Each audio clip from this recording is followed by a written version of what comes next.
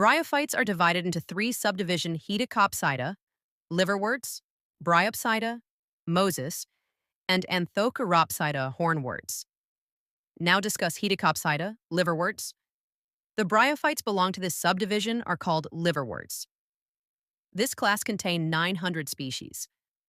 Liverworts are the simplest bryophytes. They grow on moist rocks. They live near water. Their plant body is gametophyte. There are two forms of gametophyte. First is thallus. Thallus is branched dichotomously. It means thallus form two branches. As mean two, these branches help thallus to grow. Their roots are called rhizoid. Second is plant-like body. Plant grow upright. It has false leaf. And stem, for example, Parella liverworts.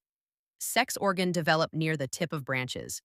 Sex organ develop on special branches of gametophyte called antheridiophores and archegoniophores. The sporophyte dependent on gametophyte.